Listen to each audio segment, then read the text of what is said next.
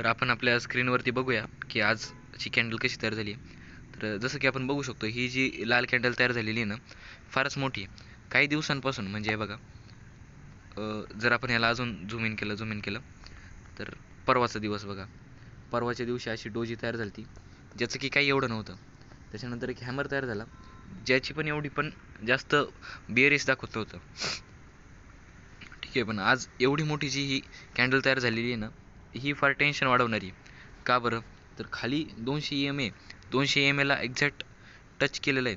हे बघा, अजून झूम इन केलं तर 200 EMA ला एक्झॅक्ट टच केलेलं आहे आणि हा एक की सपोर्ट लेवल होता. जर आता हा उद्या तुटला तर अवघड होईल मार्केटसाठी. मार्केट खाली हा की लेवल सध्या 25,100 वरती आहे. ठीक आहे, हा जर का तुटला तर खाली की सायकोलॉजिकल लेवल 25,000 आहे.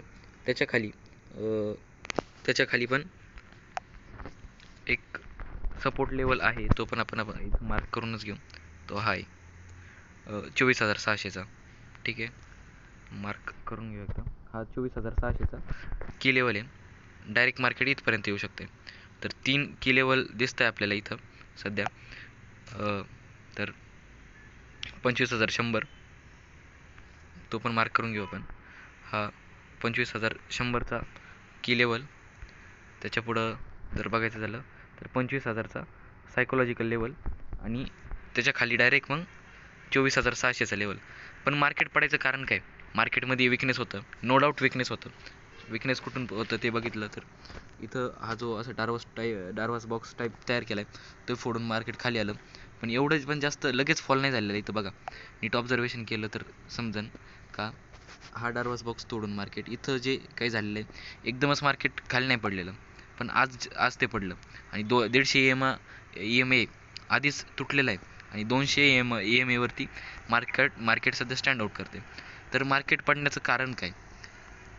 जर कमी टाईम फ्रेमवरती बघितलं ना आपण, 1 मिनटं भावांनो आणि मैत्रिणींनो, जर का बघितलं तर आज किती तारीख होती? आज 20 तारीख होती.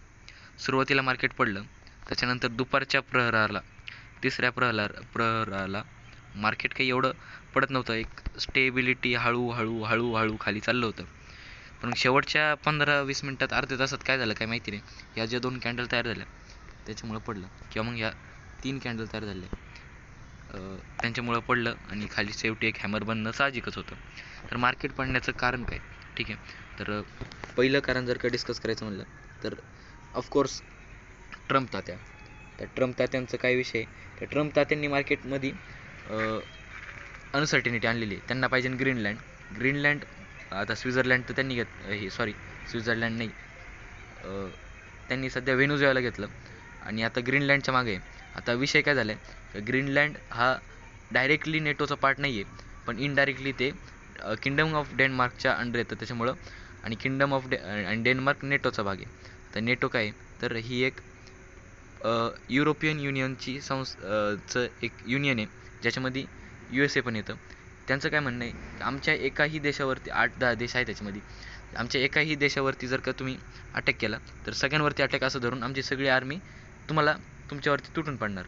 जर तुम्ही आमच्या एका मुंगीला जरी त्रास दिला तरी आमचं मुंग्यांचं अख्खं वारूळ तुमच्यावरती चढणार, असं म्हणणं होतं.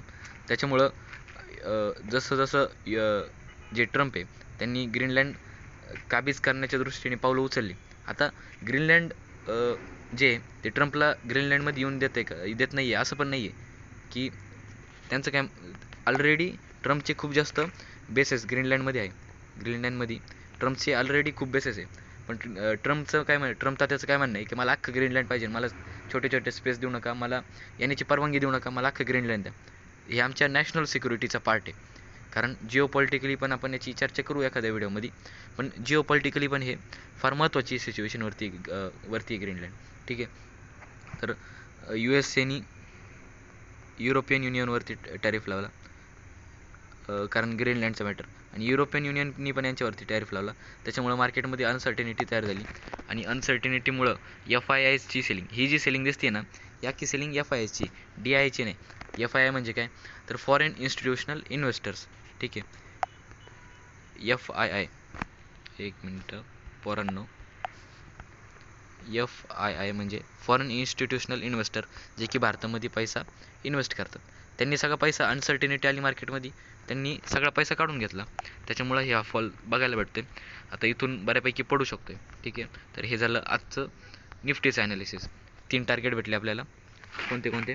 पहिलं 200 EMAचं 25,100. दुसरं टार्गेट 25,000चं इट सेल्फ सायकोलॉजिकल लेवल. तिसरं खाली एक की सपोर्ट 24,600चा. तर इथं तुम्ही गेम करू शकता. तर पैसे कमवायचे आहेत, कॉल घ्या, पुट घ्या, तुम्हाला पाहिजे तसं घ्या. सायकोलॉजी लेवलवरती खेळा आणि चांगला मस्तपैकी पैसा कमवा. फक्त एकच टिप राहील माझी. एक टिप काय राहील का, कॉल आणि पुट घेताना तुमची हाव जास्ती असली नाही पाहिजे. जर तुमचा दिवसाला 400-500 रुपये प्रॉफिट होते, बस खूप झालं. एखादा मजूर आहे, त्याला दिवसभर राबून 500-600 अगदी 1000 रुपये जरी मजुरी भेटते, तरी ते 1000 रुपये कमवण्यासाठी त्यांनी दिवसभर राबलेलं आहे. ठीक आहे, पण तुम्हाला बसल्या जागी स्क्रीनच्या समोर किंवा तुमची एक पॅसिव्ह इन्कम तयार होती. पॅसिव्ह इन्कम म्हणजे काय? तुमच्या रिअल इन्कमच्या इन्कमला सोडून एक तुम्हाला खर्चासाठी किंवा मग सिक्युरिटीसाठी, ऐश करण्यासाठी जे पैसे होते, 1000 रुपये खूप झाला माणसाला. ठीक आहे, त्याच्यामुळे जास्त हाव ठेवू नका. 500-600 1000 रुपये जरी आले कॉल पुटमध्ये म्हणजे FNOमध्ये, तरी खूप आहे. ठीक आहे, तर आता आपण तर आपल्यासमोर आता सध्या दिसतंय निफ्टी मिड कॅपचा चार्ट. तर निफ्टी मिड कॅपचा चार्ट जर का बघितलं, एक इन्व्हर्टेड इकडं जो हे दिसतं, हा शोल्डर पॅटर्न आहे. त्याचं ब्रेकआउट तर भेटले लांबचीच गोष्ट, पण खाली सापडलेलं आहे. 200 EMA की लेवल काय इथं महत्त्वाची गोष्ट काय इथं, की 200 EMAच्या खाली क्लोजिंग झाली म्हणजे धोक्याची घंटा. मिड कॅपमध्ये धोक्याची घंटा. तुमचे सगळे पोर्टफोलिओमध्ये जे पण म्युच्युअल फंडमध्ये मिड कॅप, मोतीलाल ओसवाल, कोटक असे जे पण मिड कॅपचे ॲड केलेले ते सध्या रेडमध्ये असतील, कारण की एवढा मोठा फॉल आलेला आहे. हा फॉल काही छोटा नाही आहे. ठीक आहे, तर याचं पण तेच कारण आहे, ट्रम्पचं जिओपॉलिटिकल टेन्शन, जिओपॉलिटिकल अनसर्टिनिटी. पण याच्याच बरोबर अजून एक लेवल काय, की आपलं पण नाणं खोटं आहे. आपलं नाणं खोटं आहे म्हणजे काय, आपले पण Q3चे रिझल्ट्स मिड कॅप कंपनींचे काय एवढे पण चांगले आलेले नाही. त्याच्यामुळं ही सगळी पडझड बघायला भेटते. आणि या पडझडीमध्ये पण प्रॉफिट कमवायचं असेल तर हाव छोटी ठेवायची, खालच्या साईडला ट्रेड घ्यायचे, डोकं शांत ठेवायचं आणि प्रवाहाच्या दिशेने चालत राहायचं. आता मार्केट पडतंय ना, मला माहिती आहे मार्केट पडतं कसं काय. हे बघा, ट्रेंड लाईन काढायची, खाली चालली आहे, मार्केट पडतंय, क्लिअर दिसतंय, मग मी खालचा ट्रेड घेणार ना, मी वरचा का बरं घेऊ? हेच लोकांना कळत नाही. आता हे एवढं दिसताना एवढं सोपं दिसतंय, पण ॲक्च्युअल ट्रेडिंग करताना हे सोपं नसतं का, ते पण सांगतो मी आता. तर 15 मिनटाच्या टाईम फ्रेमवरती गेलं, ही दिसते अनसर्टिनिटी, की मार्केट इथं आलं दिसते वरती जाते, आपल्याला वाटते वरती जाते, त्याच्यामुळे आपण कॉल घेतो आणि इथंच गणतो की मार्केट वरतून जे प्रेशर आहे, ही जी ट्रेंड लाईन दिसते, हे वरतून मार्केटला खालच्या बाजूला दाबण्याची प्रेशर आहे, ते आपल्या फ्लेवरमध्ये काम करत नाही. त्याच्यामुळं ट्रेंडच्या दिशेने वाटचाल करायची, ट्रेड घ्यायचा, तरच आपला प्रॉफिट होऊ शकतो.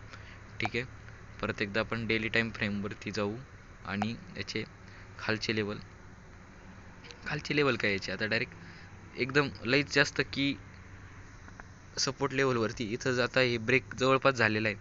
इथून खाली जर का निफ्टी मिड कॅप पडला, एकतर जिओपॉलिटिकल टेन्शन आणि आपलं नाणं पण खोटं आहे, त्याच्यामुळं डायरेक्ट इथपर्यंत येऊन पोचन 56,200चा हा लेवल. फारच मोठा गॅप आहे. इथून जर का मिड कॅप पडला ना, भारतासाठी एक टेन्शनचीच बाबीन, आपल्या सर्वांसाठीच टेन्शनची बाबीन. ठीक आहे, आता ह्या सगळ्या संकटापासून निफ्टी स्मॉल कॅप पण वाचलेला नाही. निफ्टी स्मॉल कॅप पण बघितलं तर हा जो सपोर्ट होता, हा तोडून त्यांनी खाली क्लोजिंग दिलेली. याचे तर EMA पण सगळे वरती आहे, क्लिअर कट डाऊन ट्रेंडमध्ये जाणार आहे असं मला वाटतंय. ठीक आहे, तर याचा पण सपोर्ट इथं आपण एक बॉक्सच काढू, हा की सपोर्ट लेवल राहील. इथून रिव्हर्सल दिसण्याची शक्यता कमीच आहे, कारण वरतून प्रेशर आहे. निफ्टी पण पडतंय, मिड कॅप पण पडतंय, मग स्मॉल कॅप कसं काय वरती झाला, हे पण पडणार. ठीक आहे, आता NSEच्या वेबसाईटवरती जर का आपण FII DII डाटा बघितला, DII म्हणजे आपल्या देशातले जे पण बायर सेलर्स आहे, जे पण म्युच्युअल फंडचे बायर सेलर्स आहे, इन्स्टिट्यूशनल इन्व्हेस्टर्स, त्यांचा आज काय राहिलं आणि FISचं. ठीक आहे. तर बाय व्हॅल्यू इथं बाय व्हॅल्यू दिसते, इथं सेल व्हॅल्यू दिसते आणि इकडं नेट व्हॅल्यू दिसते. तर नेट व्हॅल्यू बघू आपण. नेट व्हॅल्यू 3000ची बाईंग राहिली DIIची आणि 2900ची सेलिंग राहिली FIIची. तर 1000 कोटीचा इथं पण डिफरन्स येतो आहे, जो की जास्त मोठा नाही आहे, पण सेलिंग बऱ्यापैकी दिसली आज. ठीक आहे. तर आजच्यासाठी एवढंच.